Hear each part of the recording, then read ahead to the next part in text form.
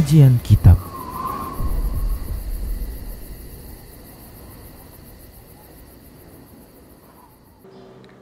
Bismillah, assalamualaikum warahmatullahi wabarakatuh.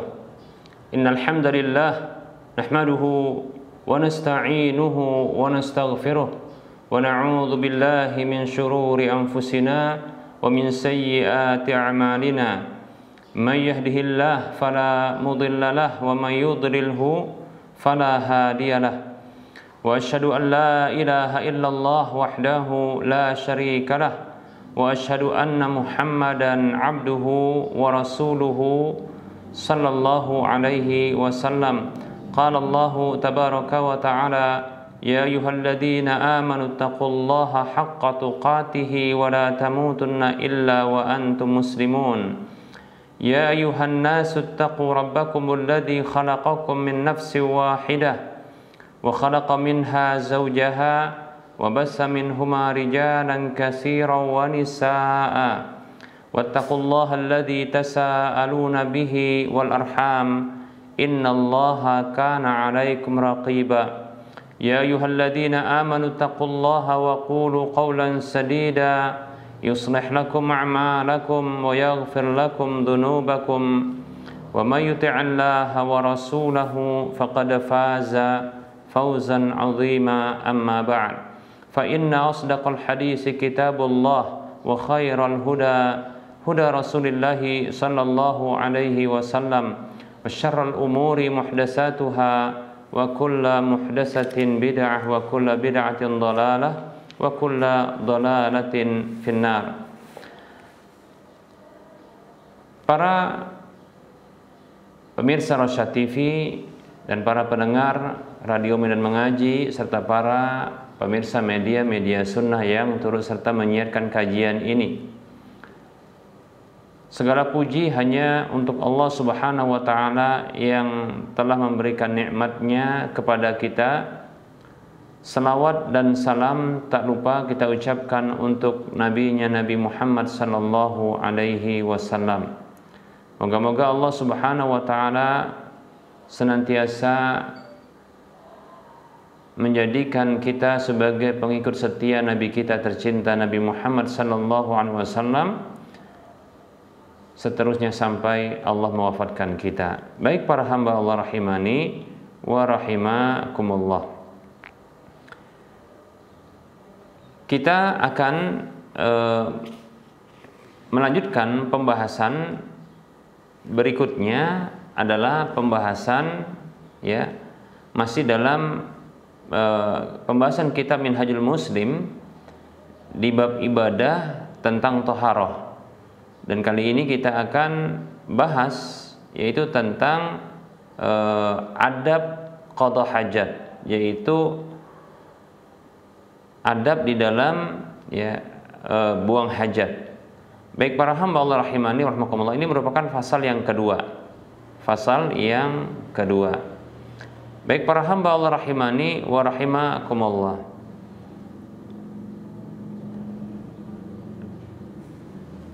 Adab di dalam buang hajat kita akan bahas pertama sekali adalah apa yang mesti dilakukan sebelum buang hajat tersebut. Baik para hamba Allah rahimani wa rahimakumullah, yang semestinya dilakukan sebelum membuang hajat adalah mencari tempat yang jauh dari pandangan manusia, tersembunyi dari manusia. Karena tentunya hal ini akan lebih nyaman bagi orang yang buang hajat, di mana tentunya rasa malu seseorang tatkala mungkin dia ketahuan sedang buang hajat, ini terkadang bisa menghilangkan keinginannya untuk buang hajat, bahkan sulit untuk mengeluarkan kotoran ketika buang hajat tersebut. Baik para hamba Allah rahimani wa rahimakumullah, demikian pula jauh dari pandangan manusia, tersembunyi dari mereka.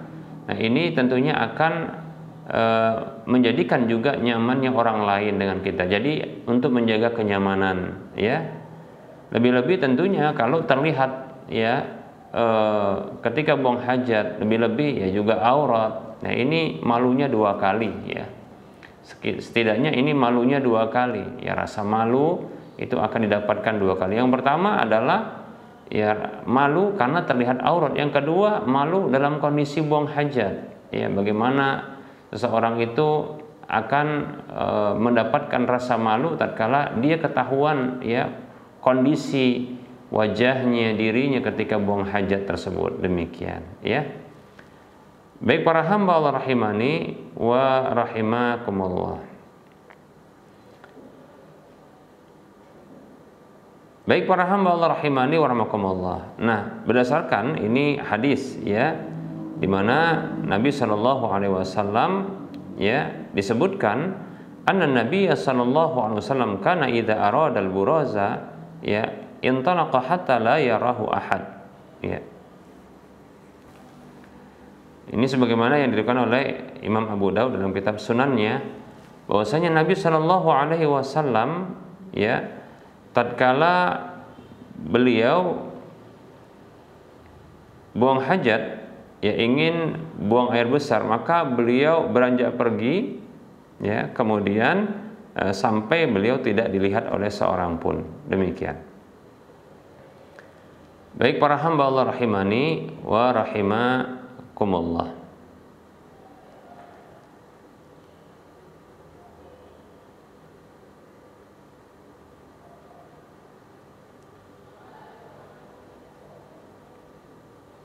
Nah, hadis tersebut sebenarnya hadis yang diriwayatkan oleh Imam Abu Daud, demikian pula Ibnu Majah, dan ini lafadznya Imam Ibnu Majah yang kita akan sebutkan, ya, dari sahabat Jabir radhiyallahu anhuma, ia mengatakan kharajna ma'a Rasulillah sallallahu alaihi wasallam fi safarin wa kana Rasulullah sallallahu alaihi wasallam la ya'til buraza, yakni al-fadha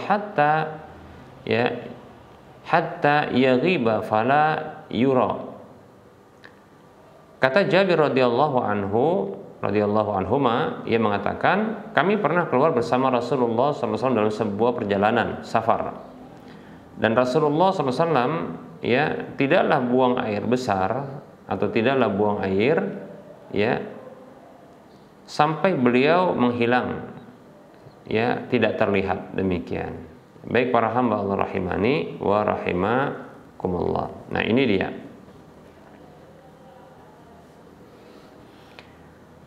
Baik para hamba Allah rahimani wa rahimakumullah. Berikutnya, adab berikutnya, ya, adalah tidaklah masuk, ya, jangan sampai masuk ke dalam WC atau tempat buang air besar atau buang air kecil tersebut itu dengan membawa sesuatu yang ada padanya, ya, penyebutan nama Allah, zikir, ya, demikian. Nah, ini berdasarkan, ya, bahwa diriwayatkan Nabi Shallallahu Alaihi Wasallam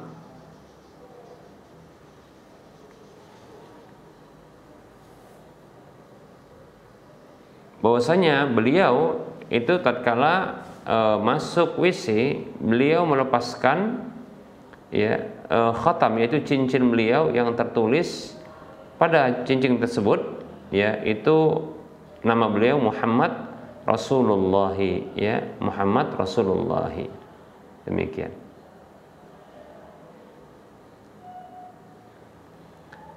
Baik para hamba Allah rahimani wa rahimakumullah.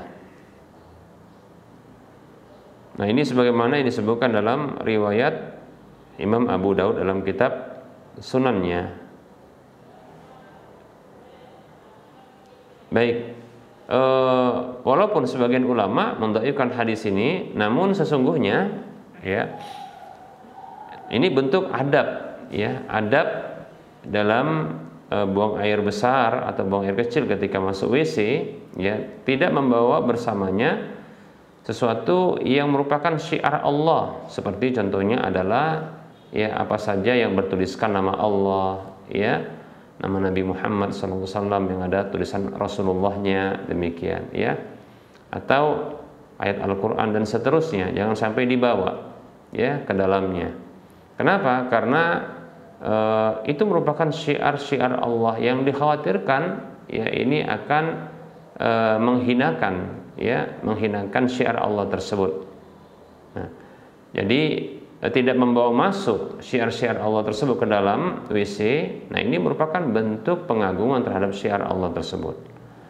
Allah Subhanahu wa taala berfirman dalam surah Al-Hajj ayat 32, Allah katakan, A'udzu billahi minasyaitonir rajim, dzalika wa may yu'azzim sya'airallahi fa innaha min taqwal qulub. Yang demikian itu, siapa saja yang mengagungkan syiar-syiar Allah, maka sesungguhnya itu termasuk ketakwaan hati, ya. Demikian ya, oleh karenanya ya diagungkan syiar-syiar Allah ini ya dengan cara tidak membawa masuk ya apa saja yang bertuliskan nama Allah, ya ayat-ayat Allah, ya. Kemudian begitu juga nama Rasulullah sallallahu alaihi wasallam.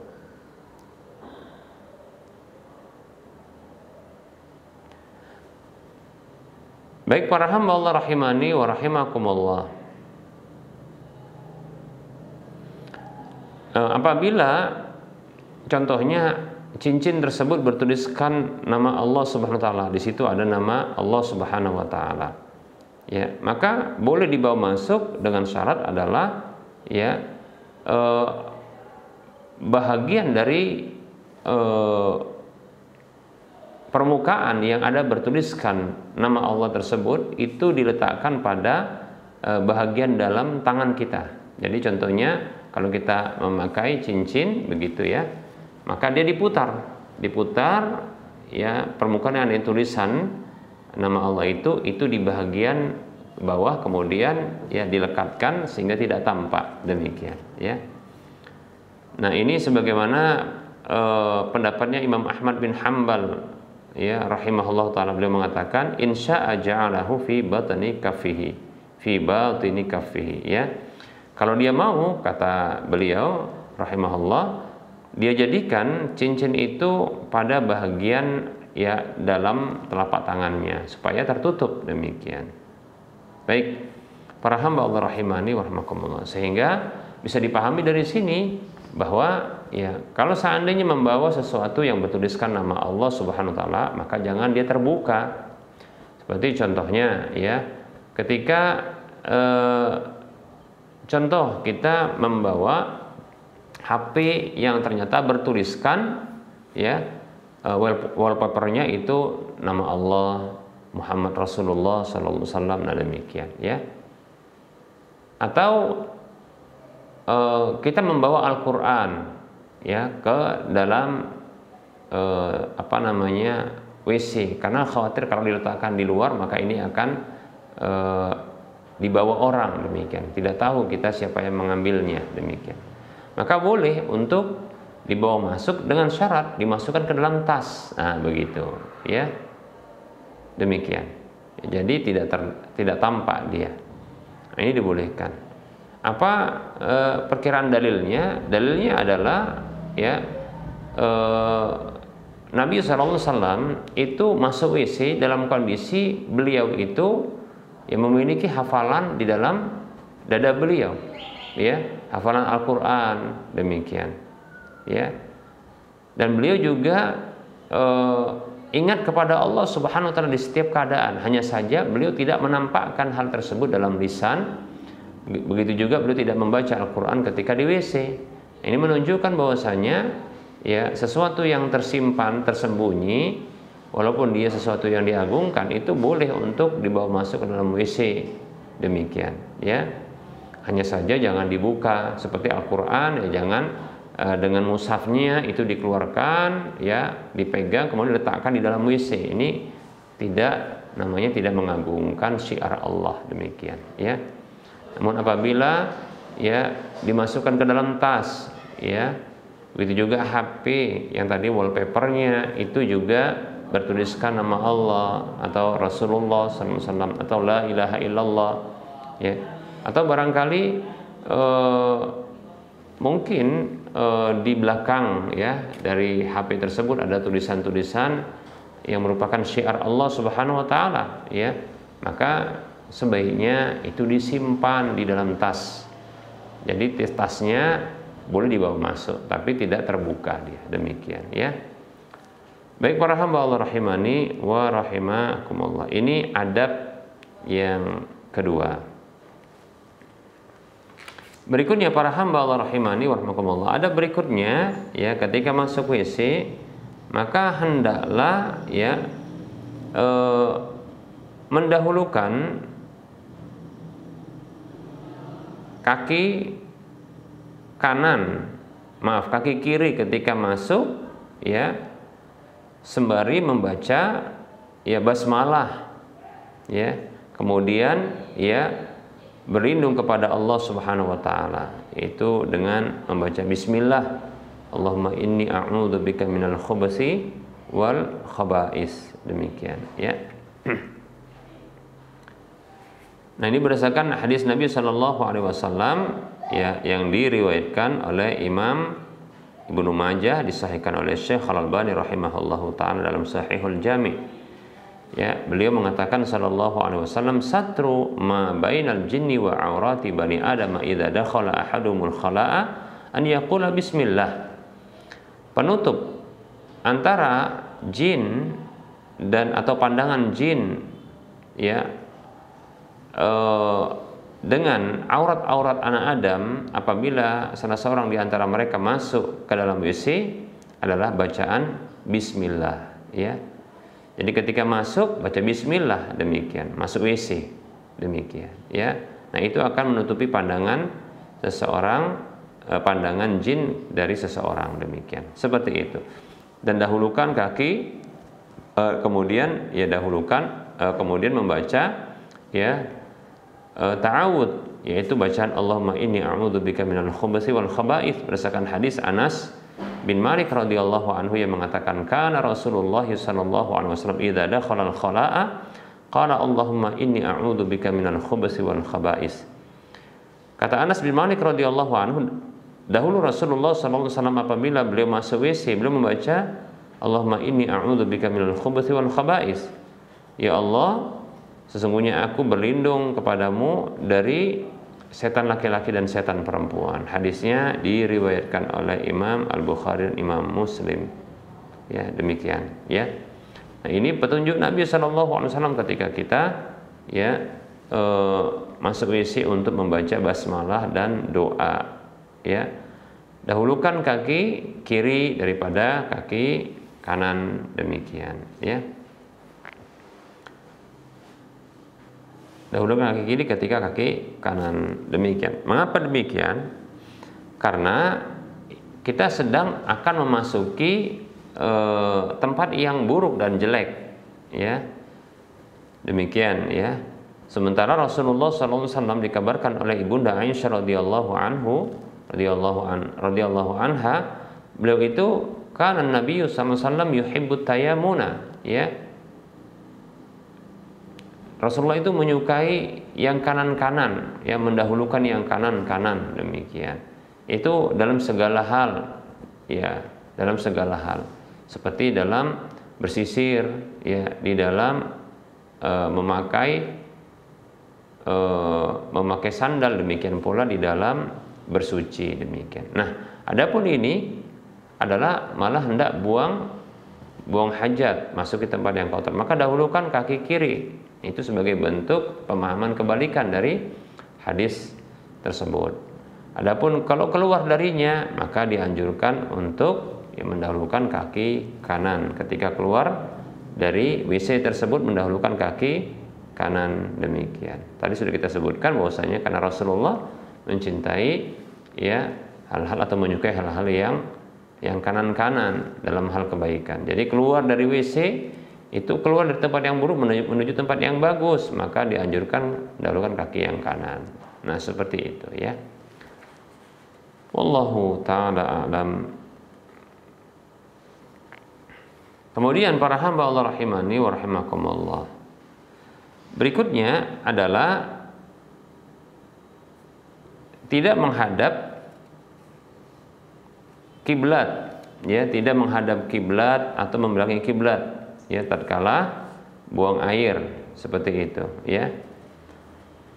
Ini berdasarkan hadis Nabi Shallallahu Alaihi Wasallam, ya, dari sahabat Abu Ayyub Al Ansari radhiyallahu anhu, dari Nabi Shallallahu Alaihi Wasallam, dia bersabda, "Idza ataitumul ghaita fala tastaqbilul qiblata wa la tastadbiruha walakin syarriqu aw gharribu." Ya. Kata Nabi, kata Abu Ayyub Al Ansari radhiyallahu anhu, dari Nabi Shallallahu Alaihi Wasallam, dia bersabda, apabila kalian mendatangi buang air, maka janganlah dia menghadap kiblat atau membelakanginya, akan tetapi menghadaplah ke timur dan ke barat. Ke timur maksudnya ya arah lain dari kiblat, ke barat juga demikian. Mengapa? Karena kenapa Rasulullah memerintahkan untuk menghadap timur dan barat, tapi dilarang untuk menghadap kiblat? Ya, karena sesungguhnya kiblat bagi penduduk Madinah ketika Rasulullah bersabda ini itu adalah sebelah selatan, ya, sehingga untuk berpaling dari arah kiblat tersebut haruslah ke arah timur atau ke arah barat, demikian. Nah, seperti itu. Kalau Abu Ayyub, lalu Abu Ayyub menceritakan, faqadimna Syama, lalu kami datang ke Syam, ya. Fawajadna marahidha qad buniyat nahwal Ka'bati, ya. Kami datang ke Syam, lalu kami dapati WC-WC itu dibangun ke arah Ka'bah, fananharifu anha wa nastaghfirullah ta'ala. Kami berpaling darinya dan kami mohon ampun kepada Allah Azza wa Jalla, demikian. Hadisnya diriwayatkan oleh Imam Bukhari dan Muslim serta yang lainnya. Baik para hamba Allah rahimani wa rahimakumullah. Ini disepakati oleh para ulama larangan menghadap kiblat atau membelakangi kiblat itu ketika di luar ruangan, seperti contohnya di gurun pasir ketika buang air besar, atau contohnya di hutan, ya, atau kita katakan di sungai, maka jangan menghadap kiblat atau membelakangi kiblat, demikian, ya. Nah, tapi kalau di bangunan, dalam bangunan, yaitu contohnya WC yang ada di dalam bangunan, ya, maka di sini sebagian ulama, para ulama berarti berbeda pendapat. Sebagian ulama membolehkan hal tersebut untuk menghadap kiblat atau membelakangi kiblat karena ada halangan, ya, ada terhalang, demikian, ya. Nah, ini ada berdasarkan hadis, ya, Ibnu Umar radhiyallahu anhuma, ya, ia mengatakan, laqad raqaitu yawman ala dhahri baitin lana fara'aitu Rasulullah sallallahu alaihi wasallam ala labitaini, ya, mustaqbilan Baitul Maqdisi li hajatihi. Hadisnya diriwayatkan oleh Imam Bukhari dan Muslim serta yang lainnya. Jadi Abdullah bin Umar menceritakan, sungguh aku pernah memanjat, ya, pada dinding rumah milik kami pada satu hari. Itu barangkali rumahnya Hafsah, ya, mungkin yang dihadiahkan oleh Umar. Yang jelas ini kata Abdullah bin Umar, itu dinding rumah milik kami, katanya, ya. Lalu aku melihat Rasulullah Shallallahu Alaihi Wasallam itu berada di atas, ya, labinah, yaitu dua batu, ya, dua batu, mungkin berdiri itu atau duduk begitu, ya, itu menghadap Baitul Maqdis, ya, untuk kebutuhan beliau, yaitu hajat beliau buang air, ya. Nah, disebutkan di sini menghadap Baitul Maqdis berarti membelakangi Ka'bah, demikian, ya. Karena perlu kita ketahui bahwasanya Ka'bah, ya, bagi penduduk Madinah ada sebelah selatan. Adapun Baitul Maqdis itu adalah sebelah utara. Jadi ini berkebalikan, demikian, ya, seperti itu. Jika Rasulullah membelakangi atau menghadap ke Baitul Maqdis, maka tentunya beliau itu membelakangi Ka'bah. Nah, seperti itu. Nah, di sini ketika ini dalam ruangan, itu dalam rumah, demikian, ya. Baik para hamba Allah rahimani wa rahimakumullah.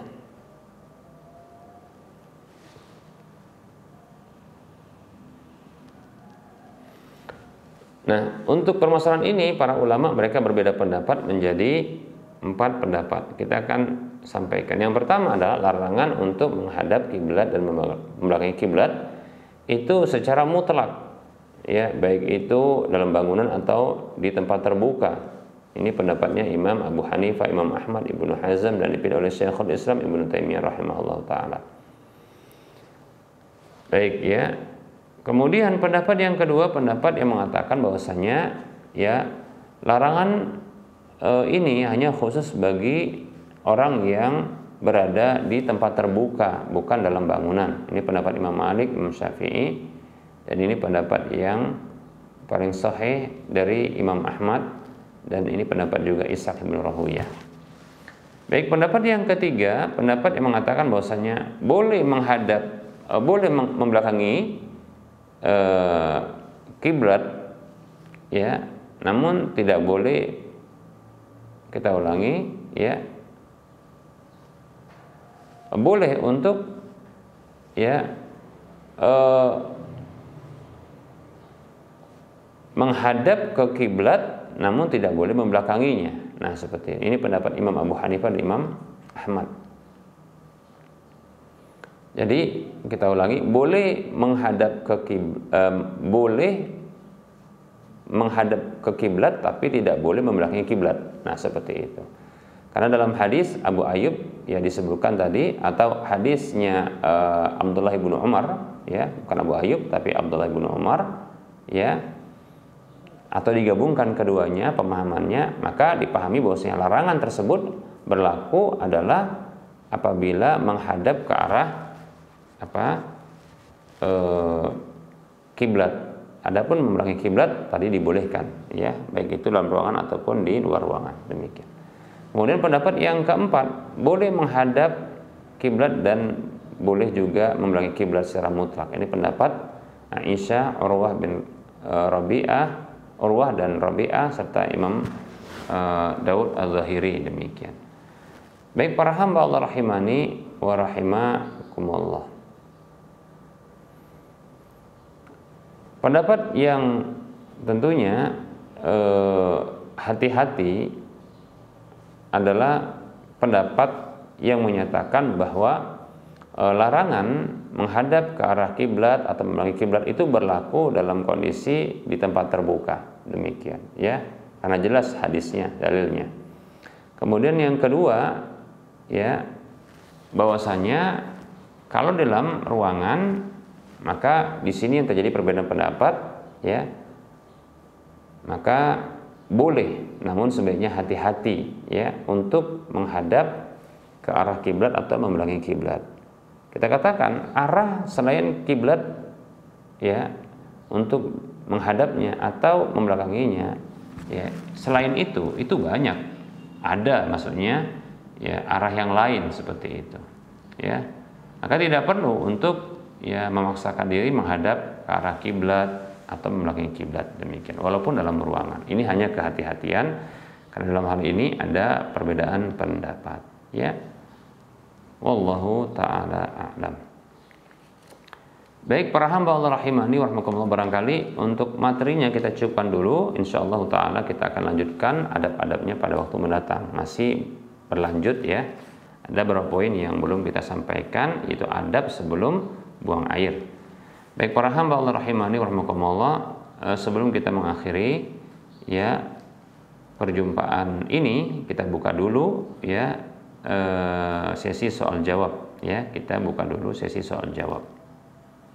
Mungkin 1 atau 2 pertanyaan akan kita jawab.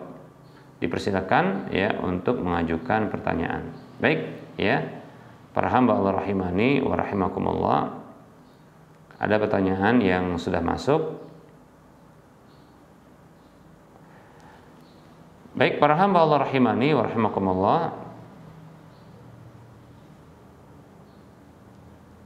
berikut ini pertanyaannya.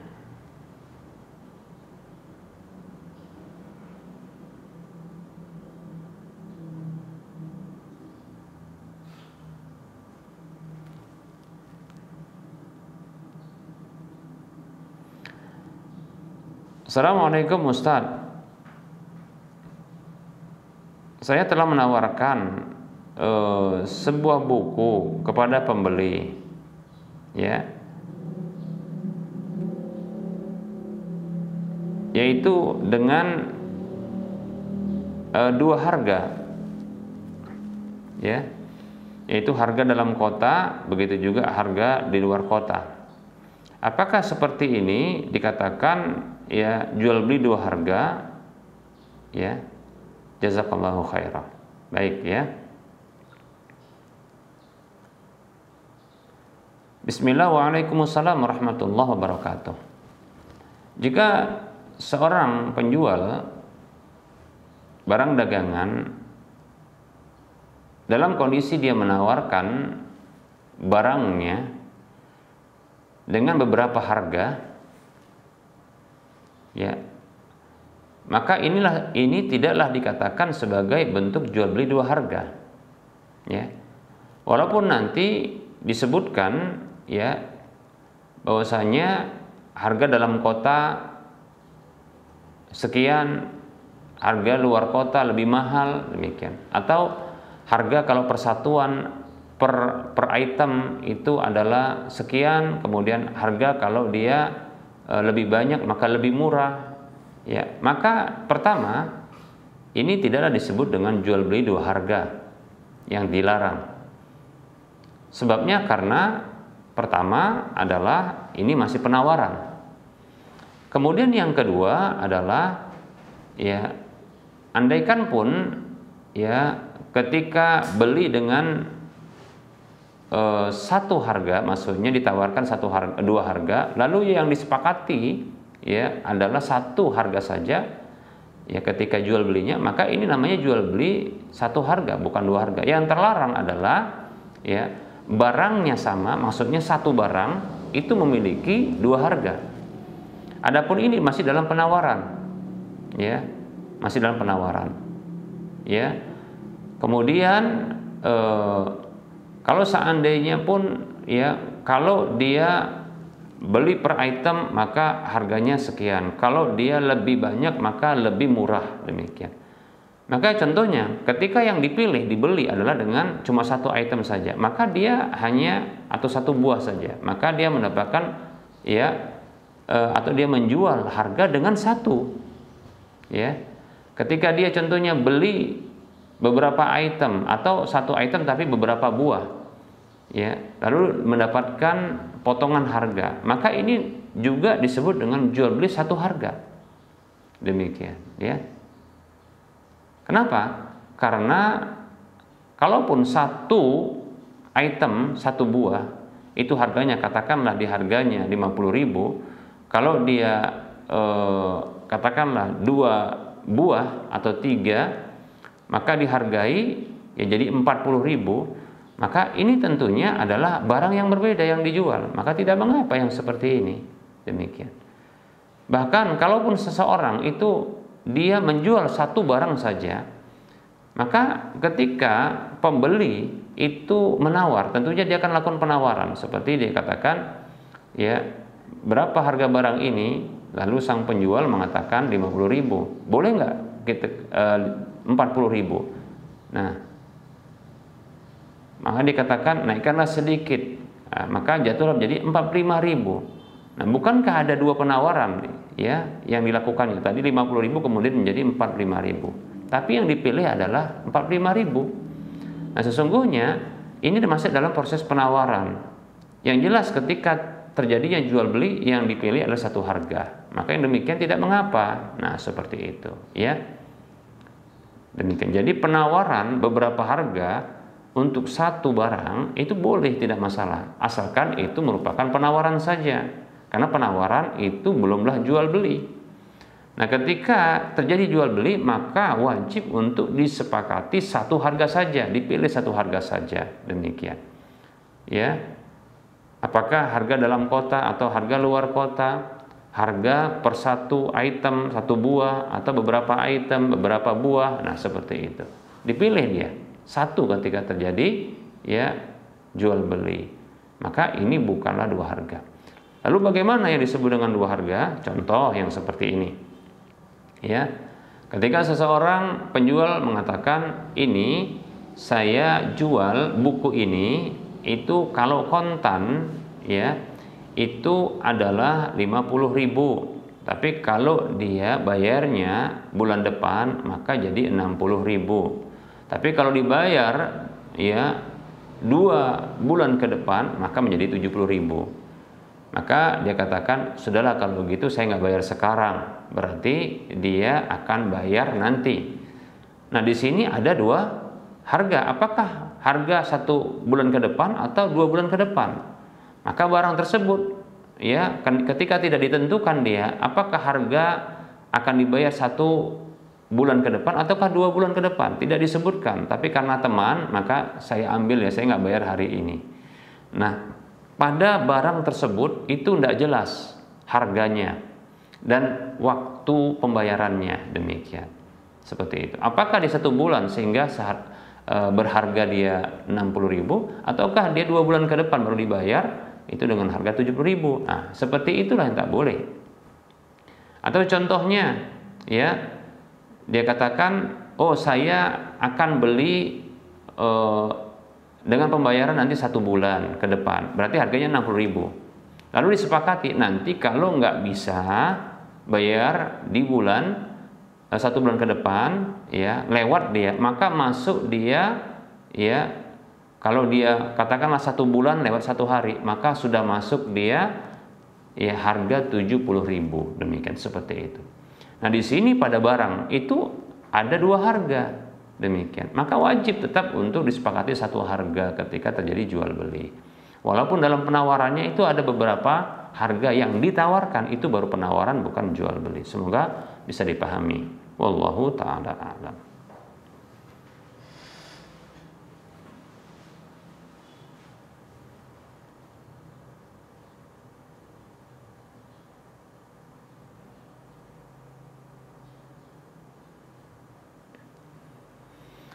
Bismillah, assalamualaikum warahmatullahi wabarakatuh. Ustadz, saya ingin bertanya, apakah boleh puasa Daud dilaksanakan hanya di hari kerja saja? Misalnya saya berpuasa hanya di hari Senin, Rabu, Jumat.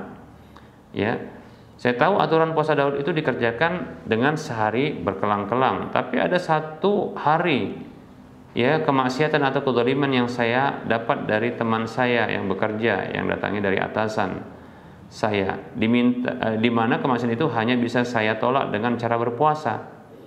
Jika saya katakan saya berpuasa, atasan saya bisa menerima, memakluminya. Mohon petunjuknya Ustaz. Barakallahu fiik. Ya.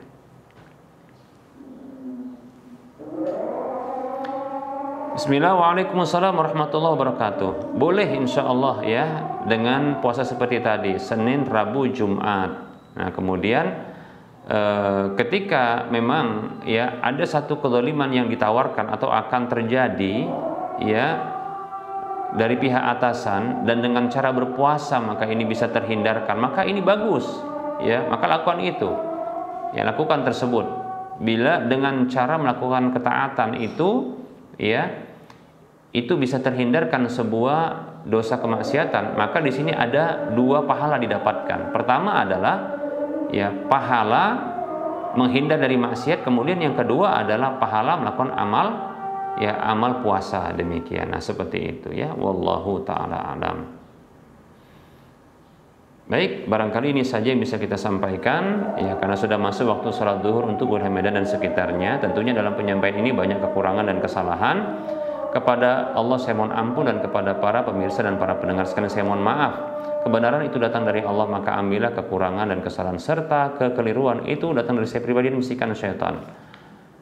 Sebelum kita mengakhiri perjumpaan ini ya, kita memberikan motivasi ya untuk berdonasi. Mari kita ya berdonasi untuk membebaskan lahan Masjid Al-Muwahhidin ya. Lahan ini ada tertunggak sekitar 100-an juta rupiah yang belum terlunaskan, terbayarkan. Sedikit lagi ya, silakan ya yang ingin memiliki aset akhirat yang minimal pahalanya 700 kali lipatnya, dan ini akan terus mengalir pahalanya tatkala dimanfaatkan walaupun kita telah tiada atau masih hidup di dunia ya, maka mari ya berdonasi Silakan mentransfer sebagian harta yang telah Allah titipkan kepada kita ke nomor rekening Bank Syariah Indonesia di nomor 7127485 555 atas nama Yayasan Lajnah Dakwah Medan kode bank 451. Semoga Anda termotivasi, semoga bermanfaat. Wassallallahu ala Muhammad wa ala alihi wa washabihi ajma'in. Subhanakallahumma wa bihamdika asyhadu an la ilaha illa anta astaghfiruka wa atubu ilaika walhamdulillahirabbil alamin. Assalamualaikum warahmatullahi wabarakatuh.